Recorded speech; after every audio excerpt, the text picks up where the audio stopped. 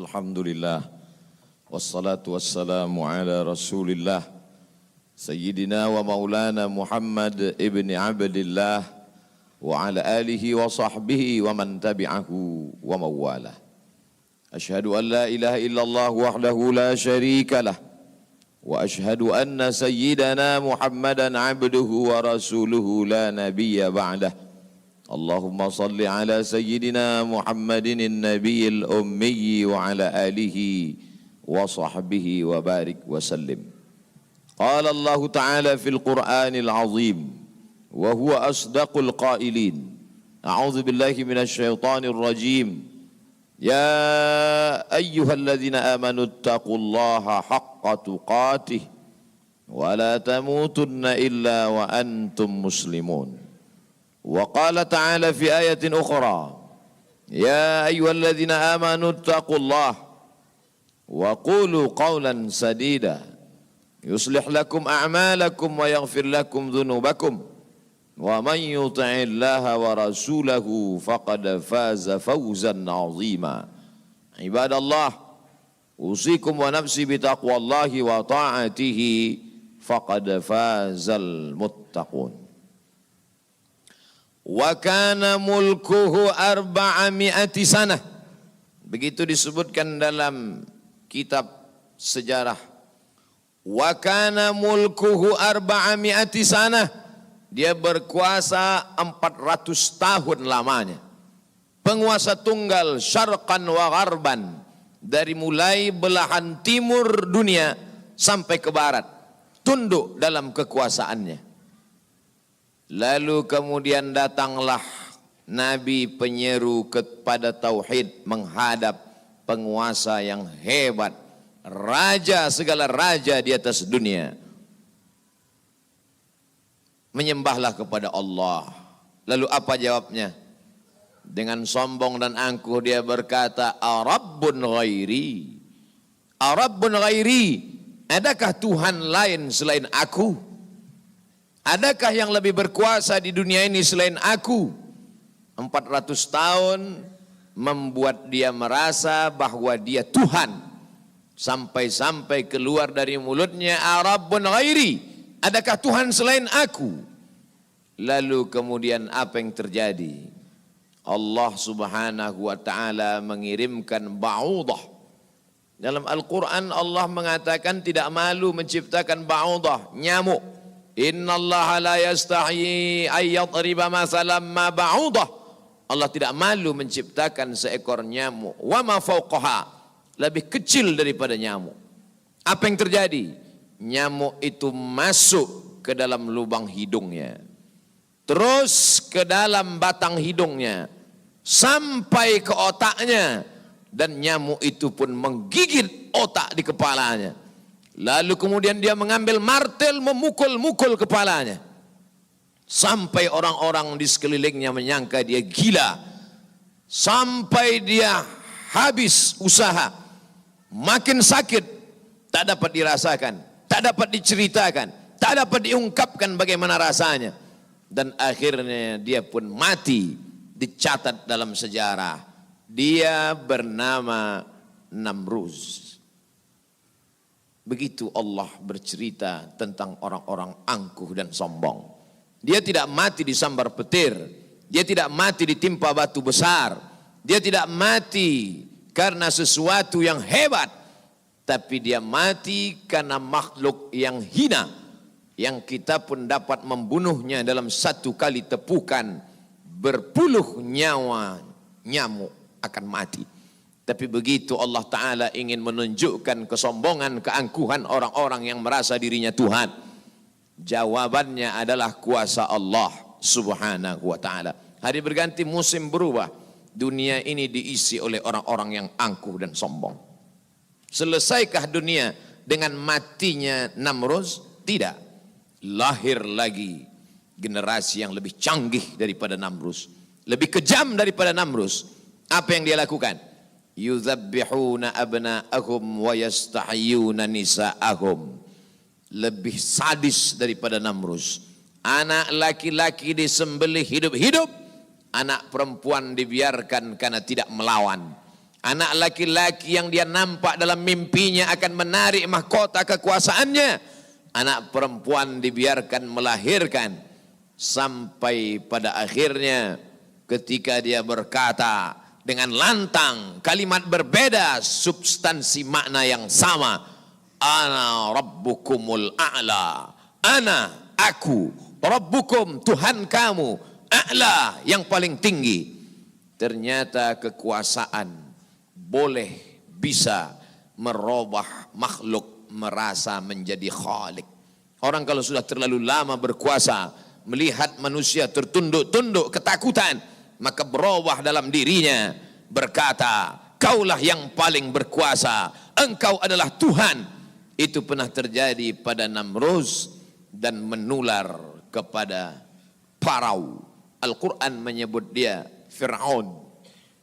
Ana, aku, Rabbukumul a'la, Tuhan kamu yang paling tinggi. Bagaimana cara Allah mematikan Fir'aun? Diceritakan dalam Al-Quran. Falamma adrakahul gharaqu, ketika dia tenggelam di tengah laut merah, masuk air itu ke dalam tenggorokannya dan masuk ke dalam lehernya, terus ke dalam dan masuk ke dalam paru-parunya. Sebodoh-bodoh anak kecil tidak akan ada air masuk ke dalam paru-parunya. Anak kecil yang belajar minum, kalau sampai air masuk ke dalam saluran nafasnya, dia pasti akan tersedak. Tersedak adalah kuasa Allah. Kenapa? Karena ada saluran nafas, ada saluran minum. Udara tidak akan mungkin diisi air, karena kalau sampai air masuk ke saluran udara, maka hancurlah paru-paru. Allah ciptakan satu kuasa bernama tersedak. Tersedak adalah kuasa yang paling ringan. Anak kecil yang tak ada daya upaya pun pasti akan tersedak. Tapi Allah ingin menunjukkan kepada Fir'aun, jangankan untuk menggenggam dunia, jangankan untuk membunuh Musa, jangankan untuk mengejar Bani Israel, untuk tersedak pun kau tak kuasa, wahai Fir'aun.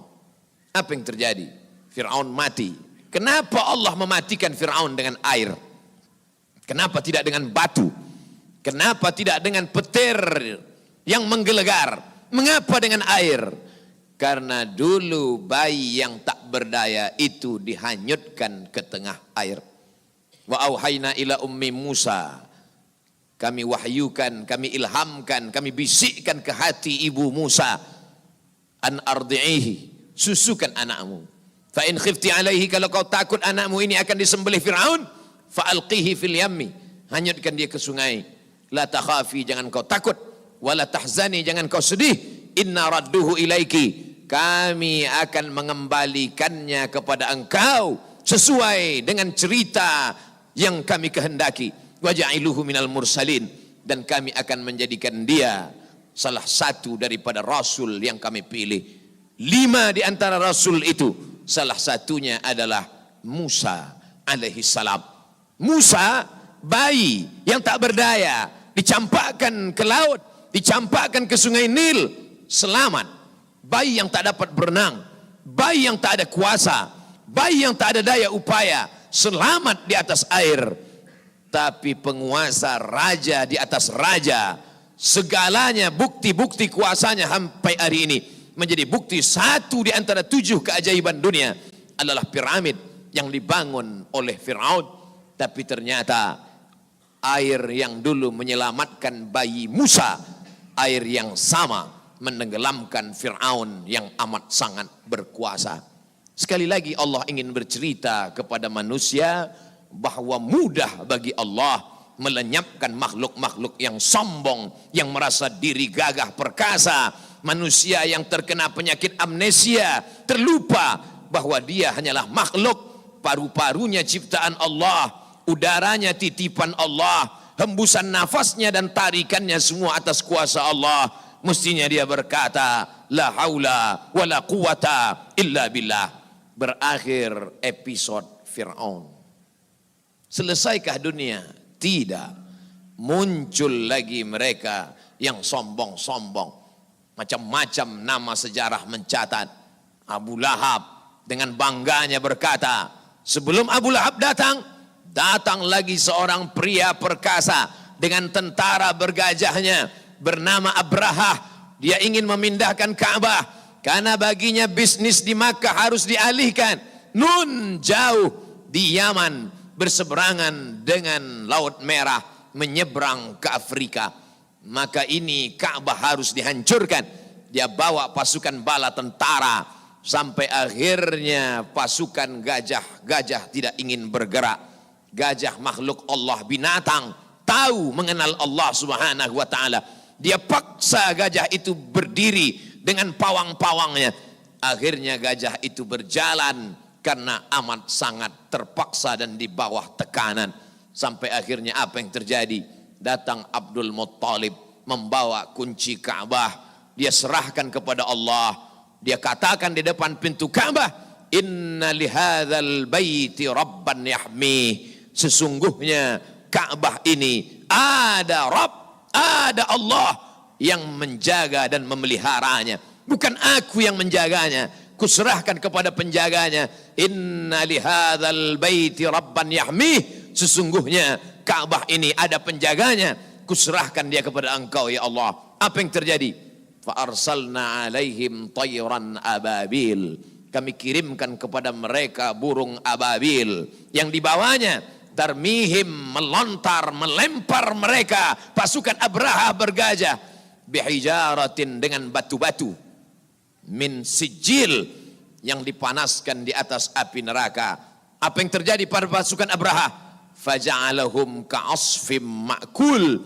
Mereka seperti daun-daun yang dimakan ulat. Tahun peristiwa itu terjadi disebut dengan Amul Fil, tahun gajah, tahun kelahiran Sayyidina wa Maulana Muhammad sallallahu alaihi wasallam. Hari berganti, musim berubah, isi dunia sebenarnya itu saja, namanya berbeda, tapi sebenarnya makhluknya itu saja. Dia pernah bernama Namrus, dia pernah bernama Fir'aun, dia pernah bernama Abraha. Selesaikah dunia? Belum. Dunia terus berlanjut, melahirkan makhluk-makhluk. Ada yang rendah hati dan tawadu, ada yang zuhud dan ridha, ada yang mencari kemuliaan Allah, ibtigha'a mardatillah. Tapi ada yang dititipkan harta dan kuasa. Pertama dia merasa dia punya, lama-lama dia merasa alam semesta pun bersimpuh sujud di kakinya. Karena dia lihat tidak lagi ada orang yang berani mendongakkan kepala, tidak lagi ada yang berkuasa, tidak ada lagi yang berani bersuara keras, lantang, semuanya ketakutan. Sampai akhirnya dia berkata dalam hati, aku adalah penguasa jagat raya. Kemana mereka semua? Mati. Ketika penguasa-penguasa dunia modern dengan kecanggihan teknologi berkata, kami bisa menangkal gempa. Gempa sebagaimana apapun kuatnya bisa kami atasi. Ternyata begitu ujian Allah itu datang, bangunan yang mereka bangun porak-poranda, hancur berkeping. Datang lagi satu penguasa berkata, kami yang paling banyak jumlahnya di atas dunia, kami yang bisa menguasai alam semesta. Mana itu Tuhan? Mereka tak pernah mengenal Tuhan, karena mereka adalah komunis, karena mereka adalah ateis. Bagi mereka agama itu hanyalah candu. Orang yang terkena narkoba bagi mereka sama dengan orang yang dimabuk oleh agama. Karena bagi mereka agama ini hanya opium saja. Manusia yang stres, manusia yang depresi, lalu dia menjalankan agama. Agama bertentangan dengan komunis, agama bertentangan dengan keyakinan ateis. A tidak, T Tuhan, is keyakinan ateis, keyakinan yang meyakini tidak ada Tuhan. Mana itu Tuhan? Tidakkah kita melihat ucapan mereka sama seperti ucapan Fir'aun, yang keluar dari mulut mereka sama seperti yang keluar dari mulut Namrus? Mana kuasa Allah? Allah mengirimkan bakteri-bakteri kecil, kuasa itu pun roboh, hancur berkeping. Barakallahu li wa lakum fil Qur'anil azim. ونفعني وإياكم بما فيه من الآيات والذكر الحكيم وتقبل مني ومنكم تلاوته إنه هو الغفور الرحيم. اللهم صل على سيدنا محمد وعلى آل سيدنا محمد.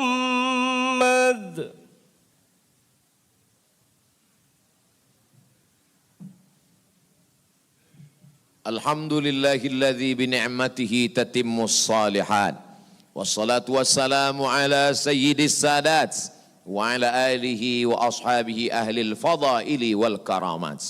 أشهد أن لا إله إلا الله وحده لا شريك له وأشهد أن سيدنا محمدا عبده ورسوله وصفيه من خلقه وخليله أدى الأمانة وبلغ الرسالة ونصح للأمة وتركنا على المحجة البيضاء ليلها كنهارها لا يزيغ عنها إلا هالك. قال الله تعالى في القرآن العظيم وهو أصدق القائلين: أعوذ بالله من الشيطان الرجيم، بسم الله الرحمن الرحيم، والعصر إن الإنسان لفي خسر إلا الذين آمنوا وعملوا الصالحات وتواصوا بالحق وتواصوا بالصبر. وقال تعالى في آية أخرى: إن الله وملائكته يصلون على النبي يا أيها الذين آمنوا صلوا عليه وسلموا تسليما. اللهم اغفر للمسلمين والمسلمات والمؤمنين والمؤمنات الأحياء منهم والأموات برحمتك يا أرحم الراحمين. اللهم أعز الإسلام والمسلمين واخذل الكفرة والمشركين ودمر أعداءك أعداء الدين. اللهم انصر إخواننا المجاهدين المستضعفين في فلسطين. اللهم انصر إخواننا المستضعفين في أيغور. اللهم انصر إخواننا المجاهدين المستضعفين في كل مكان من مشارق الأرض إلى مغاربها. اللهم انصرنا على القوم الكافرين، اللهم انصرنا على القوم المنافقين، اللهم انصرنا على القوم الظالمين، اللهم انصرنا على القوم الفاسقين. لا تدع لنا في مقامنا هذا وفي ساعتنا هذه ذنبا إلا غفرته ولا هما إلا فرجته ولا دينا إلا قضيته ولا مسافرا إلا وصلته ولا مريضا إلا شفيته ولا حاجة من حوائج الدنيا والآخرة لك رضا ولنا فيها صلاح إلا قضيتها ويسرتها يا أكرم الأكرمين. عباد الله، أوصيكم ونفسي بتقوى الله وطاعته فقد فاز المتقون. إن الله يأمر بالعدل والإحسان وإيتاء ذي القربى وينهى عن الفحشاء والمنكر والبغي يعظكم لعلكم تذكرون. فاذكروا الله العظيم يذكركم واسألوه من فضله يعطيكم ولذكر الله أكبر والله يعلم ما تصنعون. أقم الصلاة.